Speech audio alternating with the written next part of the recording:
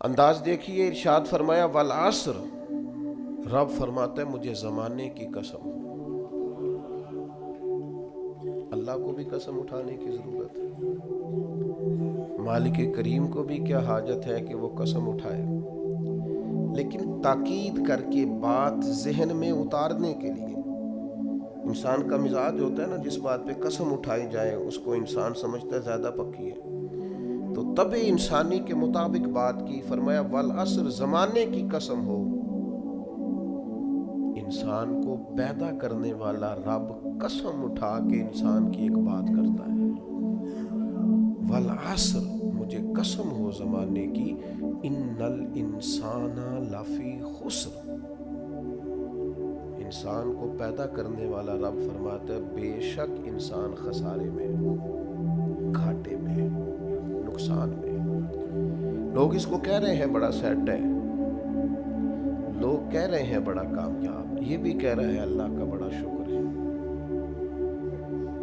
لیکن پیدا کرنے والا رب، انسان کو بنانے والا، اس کو جاننے والا رب فرماتا ہے مجھے زمانے کی قسم ہو یہ نقصان میں ہے۔ اور خسارہ اس خسارے کو نہیں کہتے کہ لوگ کہتے ہیں میں نے کاروبار کیا تھا تو نفع نہیں ہوا، نقصان ہوا۔ خسارہ اس خسارے کو کہتے ہیں جو اصل مال بھی ضائع ہو جائے، راس المال بھی ضائع ہو جائے تو کہتے ہیں خسارہ ہوا ہے، یعنی اس کے پاس جو تھا اس میں بھی یہ خسارے میں گیا۔ یا اللہ سارے خسارے میں ہے؟ فرمایا نہیں، الا الذین آمنوا، جن میں 4 صفتیں پائی جائیں وہ نہیں خسارے میں۔ ان میں پہلی صفت یہ ہے کہ الا الذین آمنوا، بے شک وہ لوگ جو ایمان لائے، مگر وہ لوگ جو ایمان لے آئے، جن کا ایمان مضبوط ہو، جن کا عقیدہ ہو کہ اللہ ہمارا رب ہے، وہی پیدا کرنے والا ہے، وہی رزق دینے والا ہے، اسی کی تقدیر کا غلبہ ہے، رب کریم ذرے ذرے کو جانتا ہے، اللہ تعالیٰ نے جس حال میں رکھا ہے یہی حال میرے لیے بہتر ہے۔ انسان محنت پوری کرے، نتیجہ اپنے رب پہ چھوڑ دے، اسباب سارے جمع کرے، بھروسہ اپنے اللہ تعالیٰ پہ کرے، عقائد کے لحاظ سے پختہ ہو، اور پھر اس کا عقیدہ ہو کہ بعد از خدا بزرگ تو ہی قصہ مختصر، کائنات میں سب سے عرفہ والا، عظمتوں والے، شانوں والے، بلندیوں والے، رفتوں والے، کائنات کے امام، نبیوں کے امام، رسولوں کے امام، فرشتوں کے امام، محبوب مطلق اگر کوئی ہے تو جناب محمد رسول اللہ ہے صلی اللہ تعالی علیہ وسلم۔ سب سے اولا ہو اعلیٰ ہمارا نبی، سب سے بالا ہو اعلیٰ ہمارا نبی، اپنے مولا کا پیارا ہمارا نبی، اور دونوں عالم کا دھولا ہمارا نبی۔ نظریاتی پختگی حاصل ہو، عقائد پختہ ہو، ایمان میں عقائد پوری طرح داخل ہے، عقائد اہل سنت کا پابند ہو بندہ۔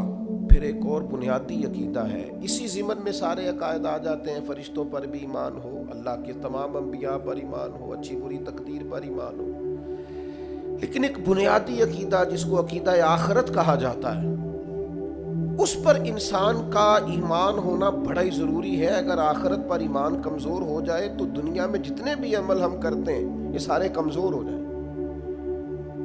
یہ جو لوگ ڈپریشن میں، ٹینشن میں، انزائٹی میں چلے جاتے ہیں اور ایک بات بار بار کرتے ہیں کہ میرے ہی ساتھ ایسا کیوں ہوتا ہے، آخر بڑی ہی کوشش کے بعد میں ہی ناکام کیوں رہ گیا، تو انہیں بتایا جائے گا کہ کامیابی پتہ کیا ہے؟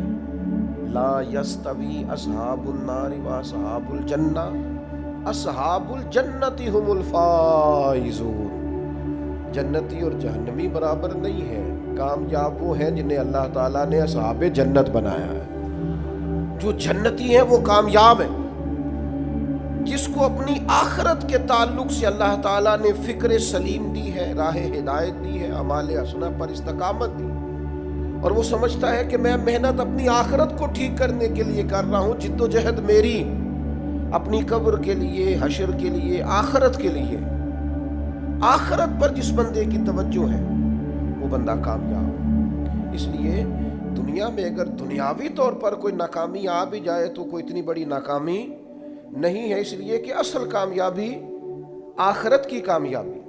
تو عقائد مضبوط ہوں، اور پھر عقائد اہل سنت کی پابندی اس کے پاس موجود ہو، نہ رفس کی طرف اس کا رجحان ہو، نہ خارجیت کی طرف اس کا رجحان ہو، اس کے نظریات ستھرے ہوں، اجلے ہوں، خوبصورت ہوں، وہ رسول پاک کی ذات گرامی کی پوری غلامی کرنے والا وہ شخص، تو اس کے نظریات اعلیٰ. تو فرمایا کہ انسان خسارے میں ہے الا الذین آمنوا، مگر وہ لوگ جو ایمان لائے، وعملوا الصالحات، اور جنہوں نے نیک اعمال کیا. اور یہاں بات ختم نہیں ہوئی، 2 صفتیں اور بھی پیدا کریں. یہ 2 باتیں ان کی اپنی ذات تک تھی، آمنوا وعملوا الصالحات، یہ 2 باتیں ان کے اپنے لیے تھی. اب وہ سوسائٹی کو کیا دیں؟ 2 کام معاشرے کے لیے بھی کریں. وتواصوا بالحق، حق بات کی نصیحت کریں وہ معاشرے میں، خیر کی بات کی نصیحت کریں، وائرل باتیں نہ کریں. کہ آج کل یہ موضوع چل رہا ہے تو ذرا میں اس پر بولوں گا تو کچھ ویوز میرے بھی بڑھ جائیں گے. وائرل باتیں نہیں کریں. وتواصوا بالحق، وہ حق بات کی نصیحت کریں، کلمہ حق کہیں اور حکمت کے ساتھ کہیں. ادعو الی سبیل ربک بالحکمہ، دانائی کے ساتھ کہیں، لوگوں کو سمجھانے کی نیت سے کہیں، کلمہ حق ان کی زبان پر آئے. اور میرے نبی پاک علیہ السلام نے فرمایا سب سے افضل جہاد ظالم بادشاہ کے سامنے کلمہ حق کہنا ہے. آپ حق کے ساتھ کھڑے ہوں، پھر آپ لوگوں کو امر بالمعروف کریں، پھر نہی عن المنکر کہیں، اور وہ بھی بندہ دیکھ کے نہیں. اگر امیر آدمی غلطی کر رہا ہے تو پھر آپ خاموش ہیں، اور کسی غریب کو کرتے دیکھ لیا ہے تو آپ نے دینی حکمت کو بھی پیش نظر نہیں رکھا اور اسے رسوائی کر دیا، آپ نے اسے سخت ترین تکلیف سے گزار دیا ہے. حق بات کی نصیحت کریں. اور جو لوگ حق بات کہتے ہیں نا، ان پر تکلیف بھی آتی ہے، تکلیف آتی ہی ہمیشہ حق کہنے والوں پر. تو چونکہ میدان لگایا ہے، اب حق میں نکلے ہو، اب تم نے سفر شروع کیا ہے تو بھائی پیروں پہ چھالے تو پڑیں گے. سفر کرو گے تو تھکاوٹ تو ہوگی، کوئی رستہ طے کرو گے تو گرد تو پڑے گی. اگر کسی سمت تیز دوڑو گے تو مخالف سمت سے ہوا تو تیز آئے گی. اب وہاں گھبرانا نہیں، کمزور نہیں پڑنا، تھکی باتیں نہیں کرنی. اب ایسا نہ ہو کہ تم نے معذرت خواہانہ رویہ اختیار کیا. وتواصوا بالحق وتواصوا بالصبر، وہ حق بات کی وصیت کرتے ہیں اور ایک دوسرے کو صبر کی تلقین کرتے ہیں. 4 صفات پیدا کریں تو خسارے سے بچ سکتے ہیں.